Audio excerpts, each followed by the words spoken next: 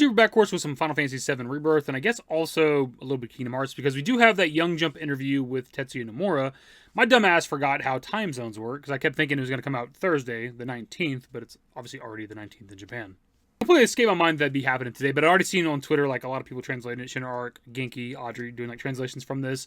And my initial plan was just to use Shinra Arc like usual, but to be honest, I don't know if they covered the whole interview. It's not super long. It's 3 pages, but they're not really long. They're not, you can scroll down, like, a second or two, the whole thing on each page. And I don't know if they covered the whole interview or not, so I don't know if they're going to do more translations later, tomorrow, whatever, and I'd rather just get this done in one video. I'm using auto-translate for this, and I went through like the first 2 pages, and they're perfectly fine. There's no like awkward, weird like auto-translate stuff. It links up with what the translations are on Twitter, so figure we just do that. And Nomura talks about the things we talked about in the previous video, where we talked about what was going to be in this particular interview, right? Talks about some remake stuff, talks about the creation of like Tifa and Aerith, talks about the attractive protagonist he puts in his games, and talks about some Kingdom Hearts shit, of course. So quickly before I hop into it, though, there are parts of this interview where you might see like the word reverse in quotations, and that's just how like the Japanese name of Rebirth is auto-translated. That's just how it always is. You could translate it, the word that it is in Japanese, into either Rebirth or Reverse. As Reverse, it's just supposed to be Rebirth. The long-awaited second installment of the Final Fantasy VII Remake trilogy, Final Fantasy VII Rebirth, was released this year. What goals did you want to achieve with this title? The goal of the Remake trilogy, rather than Rebirth, is to correct the distortion of perception and unify the series. Normally, remakes are about keeping the game system and story intact while making the image quality beautiful. However, more than 20 years have passed since the original, and simply making it beautiful would obviously not fit the current era, and thought that players' memories would be heavily biased. I don't think there are many people who have been playing Final Fantasy VII for 20 years, that's not true, so the old memories must have changed slightly in each player's mind. Furthermore, there are several spin-off works of FF7, even the same scene may be different from the original, so I think the passage of time and the existence of spin-offs have caused a subtle distortion of perception in the player's memories. If I replay it now, I'll think, oh, was this scene like this? I thought this way. I felt the same way, but especially Nojima, the scenario writer, was concerned about the distortion of perception, so I want to converge it into one. So to be totally honest, I'm kind of reading that because it's kind of a setup to the next question, which has a more interesting answer in my opinion. But there are some interesting stuff there. I mean, we've heard before that they're just kind of want to take like the compilation and FF7 original and kind of combine them into one. That's sort of the point of the remake project. That's why you're seeing like deep ground stuff with the UV DLC, even though that's like Dirge Cerberus shit. You get a little bit of it in Crisis Core too, obviously, because Vice and Nero pick up Genesis' body. But that's why you're seeing stuff like that in the time frame of FF7 original. They just want to incorporate a lot of the compilation. Also, Nomura talks about how there's like different things depending on where you're watching it in the compilation. Like the Knee Bomb Incident's a good example. The original game, that's the original. Here's the Knee Bomb Incident. Then you get to like Crisis Core, then like Genesis is involved, and he kind of like helps spiral Sephiroth into like the homicidal shit that he does. And then you get to like Last Order, where they completely change, and like Sephiroth just dives himself like into the fucking Mako reactor or whatever, the Mako down there. For some reason, I don't know why the fuck you changed it. Also, if you go to like the kind of the compilation stuff, they changed the Buster Sword design to have like that gold hilt or whatever, and then they reverted back with like the remake compilation, and they kind of changed it in a obviously Crisis Core Reunion where it just looks like the regular Buster Sword now. It's like, the fuck are we doing? Also, like at the end of remake, they show like a quick scene from Advent Children of like when Sephiroth and Cloud are fighting like in Cloud's mind or whatever happened, the one-on-one fight at the end of the FF7 original, but it still has the gold hilt because it's from Advent Children, but they couldn't be bothered to fucking edit that, but they edited it in like Crisis Core. I don't know, whatever. There's certainly a sense of a distortion in perception with the spin-off work. How is that distortion expressed in the game? At the end of the game, the scene where Sephiroth is in a wide space and Cloud is flying, various visions are seen. Among them, the world of FF7 in the player's mind is surely also included, and although they are all FF7, they are all subtly different. There are several world lines, like different worlds. We've made it easy to understand, such as this person is alive in World A and not alive in World B, but each person has a different way of perceiving things. Memories are slightly rewritten over time. There are discrepancies in spin-offs, and in this work, we've had players experience several worlds of different layers, and that vision expresses these things. So what he says there is a little bit confusing, but kind of what he's saying is that the different worlds that we see in Rebirth are kind of like each player's perception of the Final Fantasy VII story. It says that they all are Final Fantasy VII, but slightly different, of course, where we do have characters that are alive in one world, dead in another, right? In World A, one's alive, in World B, they might be dead. I think a lot of people are probably going to hop on Aerith stuff with that, which is possibly what he could be alluding to as well. But we do see in like the world that like Biggs and Zack are in, that like Jesse and Wedge are dead, and like the rest of the Avalanche members are dead, right? What I gather from this is there's like a meta thing to the different worlds in Rebirth, at least according to Nomura here. Kind of like how the Whisperers were sort of like the players of the original FF7 that didn't want things to change in Remake. That's kind of what a lot of us gathered, even if that's not necessarily true. That's what it seems like, right? Like they're the ones trying to keep like Destiny in line, kind of trying to keep the original FF7 going, right? And obviously they're wanting to change stuff a little bit with Remake. Is kind of the vibe we all got from the Whisperers. And it seems like with the different worlds here now in Remake, or in Rebirth, I guess. And it seems to be saying that like every player's like perception of FF7 technically does exist in all these different worlds. It's like infinite kind of worlds, I guess, that are within the planet. every player's like perception of Final Fantasy VII is technically true or canon. It's again, it seems like there's like a meta narrative thing to this. I don't think it like answers anything really, because it's like we still don't know like truly what these worlds are, right? But if there are like, you know, these infinite worlds and it's all the different possibilities and all that other shit, then there probably is a world where Aerith is alive. Now, is it like the Aerith from our main timeline dies and wakes up in another world? I don't know. I assume that'll be the case since that's what Marlene said, right? So Marlene told Zack is that when she wakes up, somebody will kill her, which Sephiroth will kill her, right? Which is also what leads to this being like not necessarily real worlds, because it's like in the live stream, right? If Aerith is waking up in this world after she has died, after Sephiroth has killed her, then it's in the fucking live stream, right? A world map has appeared in Rebirth. Has the world map that you envisioned finally been realized? That's right, this is really thanks to the hard work of the people on the ground. I think we were able to present the world map of FF7 that everyone, including us, had dreamed of. I will say that for the most part I agree with that. I've had like grievances in the past I've talked about, you know, some of the world intel shit that we do in the regions I'm not necessarily a fan of. They could dial back on some of that shit. And I want more to do in the world, like more things to find, right? Like secrets, caves, hidden shit. I want to find some secret cave or some shit behind a waterfall that leads to like a treasure at the end where I fight a boss, open up the box, and it's a new goddamn weapon for one of our characters, right? That's the shit I want. That's like the RPG shit I love. We don't really get that with like Remake and or Rebirth right now, right? So I want just like hidden stuff in the world, and then obviously the freedom of the high wind. Once we get the high wind, it's fine for now because at the end of Rebirth we're only at the end of disc 1, so it's perfectly fine that we don't have that kind of freedom yet. We'll get that with the third game. But there's just, I think they could definitely touch up some of the open world aspects. But besides that, yeah, it's fantastic. Manga doesn't often have good-looking guys as protagonists, but I think that the works you work on have a lot of so-called cool characters. Is there anything you keep in mind when designing the protagonist? And don't manga characters usually have handsome protagonists? For example, Naruto from Naruto and Luffy from One Piece are not portrayed as what you would call good-looking men in the stories. I see. The reason I make the main characters good looking is because in high school, a classmate of mine was playing a game where the main character wasn't very good looking. So my friend said, why does he have to be ugly in the game world? And that really made an impression on me. From that experience, I thought, I want to be good looking in games, and that's how I create my main characters. It's kind of a funny story, because it took Nomura seeing like his friend play one game in high school, and the friend was like complaining about the character being ugly, and from then on, Nomura's like, I'm just going to make the hottest protagonist ever. To like the main FF7 party with like the remake project, for example, like they're all, you know, good looking people, right? Except for I guess maybe Kate Sith / Moogle, but even then Reed's a good looking person. Even some of the villains, right? You have like Scarlet and like Sephiroth that are very attractive. Even Palmer, you know? Hojo's hot as shit, dude. Like, come on. Stop it, Nomura. Do you have a favorite enemy character? I think Sephiroth is one who's loved, but he's also handsome. Yes, I like Organization 13.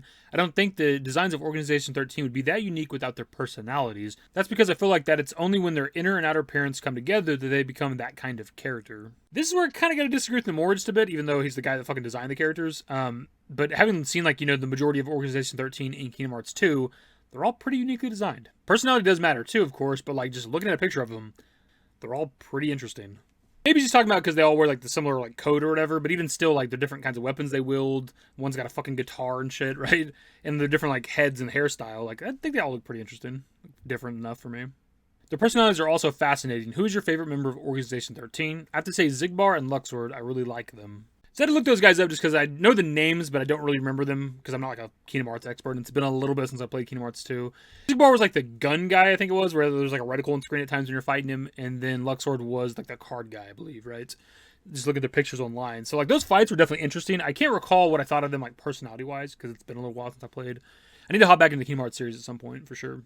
Aerith and Tifa are what we call the double heroines, but how did these two come about? I've never said this anywhere. Aerith was made first, but her personality was actually similar to Tifa's. However, I didn't want to follow the same conventional flow as before, so I decided to make it a double heroine. At that time, the personality that was put into Aerith alone split off and the character of Tifa was born. Aerith has a destiny that she is carrying in the story, so I created her and herself to highlight that. So it's kind of an interesting answer just because there's been like conflicting stuff over the years, depending on where you look at information for like who was designed first between like Aerith and Tifa. And at least according to, you know, Nomura here, it was Aerith that was designed first, and she used to have like kind of what Tifa's personality is now. But and look, ultimately it doesn't matter who was created first. Like that really comes down to like shipping bullshit a lot of times with the community. Like because one was created first, they're technically more important, and it's like I don't care because it doesn't matter because they're both here now. They've both been there since the original FF7, so that's all that fucking matters. What do you think are the strengths and unique characteristics of your character designs? Honestly, I don't know. I think there are many people who draw famous characters in a similar way, but until recently, no one drew my drawings in a similar way. Even when I draw them myself, it's quite difficult to draw them again. However, I am particular about the reasons for why something is a certain color or shape, even down to the smallest details. So when I check designs drawn by others, I ask questions like, why is this part shaped like this? It Maybe something that other people don't care about so much. Such detailed settings become the personality of the character, and think that they will eventually become part of the game and story. I think my designs are only possible because of the work. So I thought that answer was just kind of interesting just because he talks about all like the small details mattering, but then you have stuff with like Cloud, for example, and kind of an obvious pick here to talk about. You have like the shoulder pads with the bolts in them. Like people have always wondered why that's there for the longest time. Like when and where did he do that, right? Between like the end of Crisis Core and the beginning of FF7. When and where did he alter his outfit at? How do you do that? Also, the gauntlet he has. Where the fuck do you get the gauntlet that he wears all the time, right? Unless, Madam M's giving him a hand massage. I don't remember if it's true or not, but I feel like I heard before there was like an early concept for the FF7 story where there was like some sort of like power within the main character. I don't know if it's Cloud at the time or whatever his name was going to be. And the gauntlet like suppressed that. I couldn't really like find that online, but I definitely heard that before. Maybe it's not true. I don't know. But I think that's where like that gauntlet initially originated from. But it's still there for like the current Cloud model. I think Cloud looks cool though, regardless of all this. With the spread of social media and the like, we have more opportunities to see players' opinions and comments, but as a creator, to what extent do you think players' opinions should be reflected in the story? The player's perspective is very interesting, and I often notice things, so I think I pay close attention to it. I don't think it's necessary to reflect their opinions at all. If there's something that needs to be done, I think it's better to do it. However, if we go in the opposite direction to what the players want and create a scenario in which a popular character suffers a terrible fate, I don't think that's good for the players' feelings. That said, I don't think it's right to say, I want it to be like this, or yes, I understand. The point is that we should think of a scenario with a clear intention, rather than just following the players' opinions. As for Aerith in the Remake trilogy, I can't talk about her yet. So yeah, for the most part, I'd say I agree with that, of course. I think I said that in the video we did talking about this interview coming out, that, even if I don't agree with some of the shit happening in the Remake story, Rebirth, whatever, like, kind of like the ending, what they did with the Remake and shit, the dying segment, for example, ultimately, I still want them to, like, finish their vision, and maybe it'll all be worth it in the third game, even if there's things I don't like that they've done so far.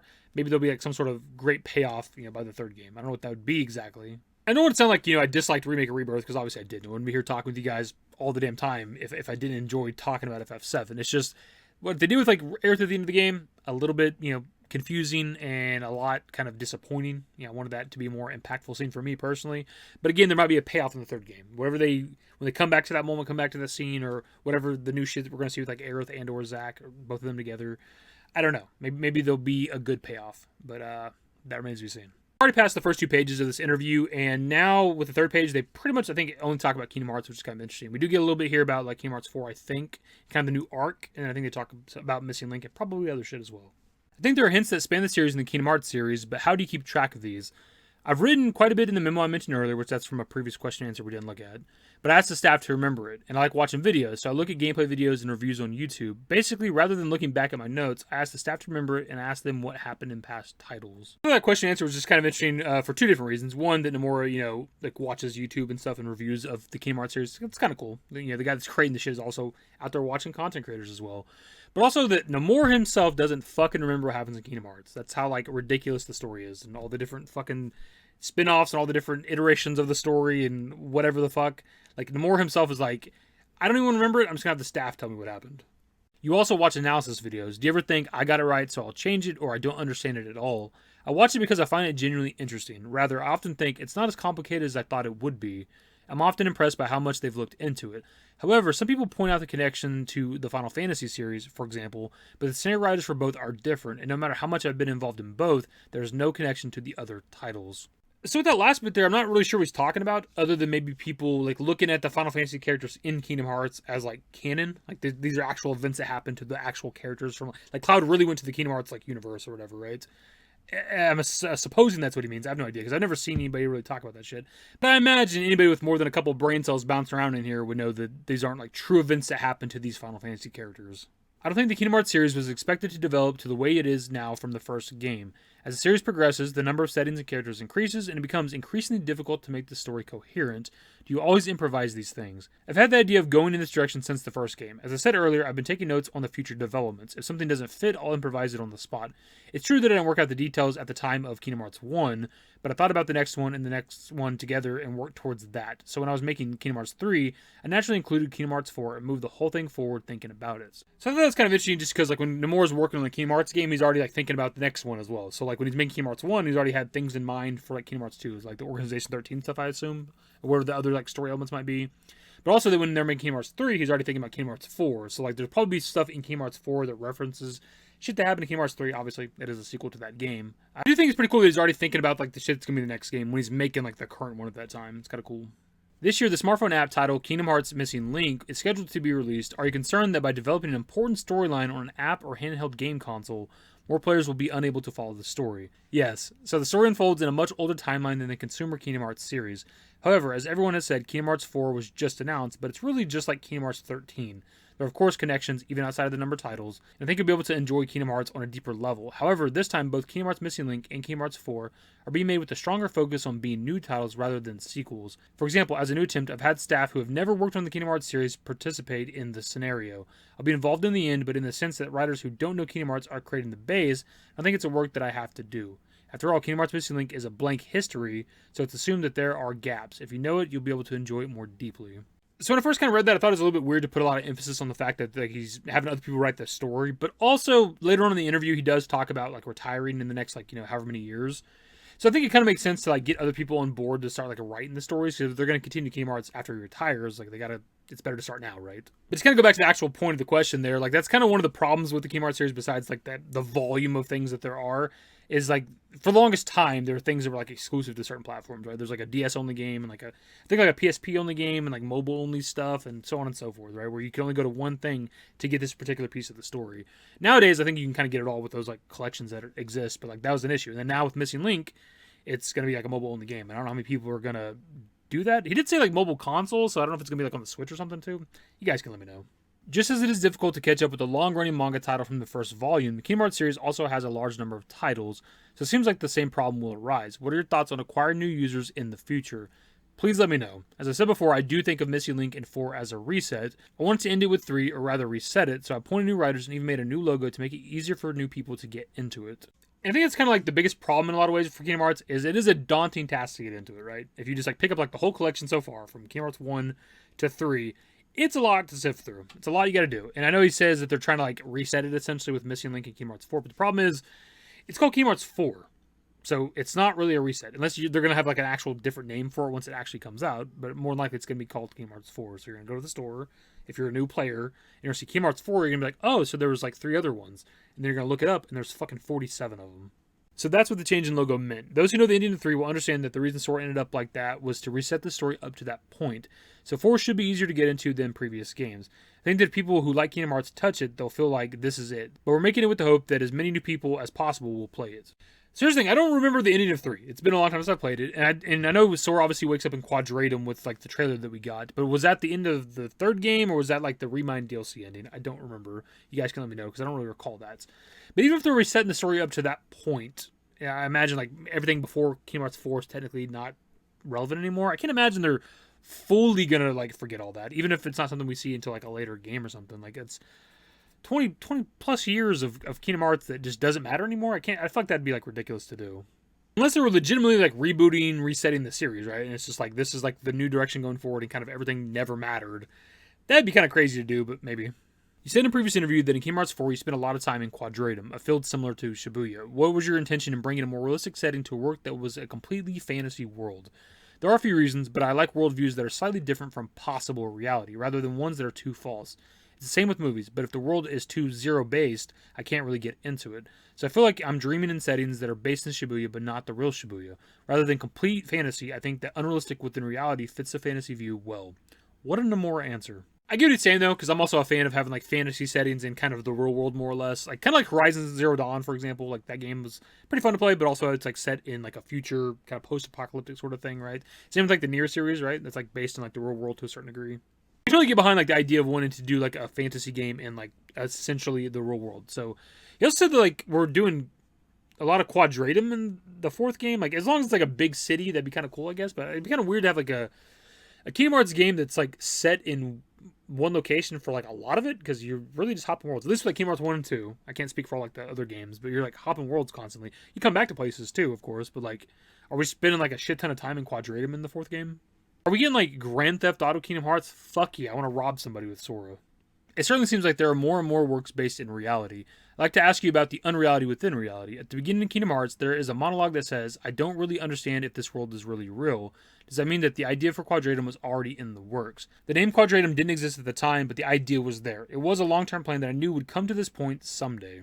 So again, I'm not the lore guy when it comes to like Kingdom Hearts at all by any stretch of the imagination. But the idea that like Quadratum, not the name, has like kind of been there since the beginning. That they would get to that point at some point has existed since fucking 2002, essentially. It's pretty crazy to think about. And then last up here we have, so after 20 years, the plot will finally be resolved. My last question is, Mr. Nomura, do you foresee the end of the Kingdom Hearts series?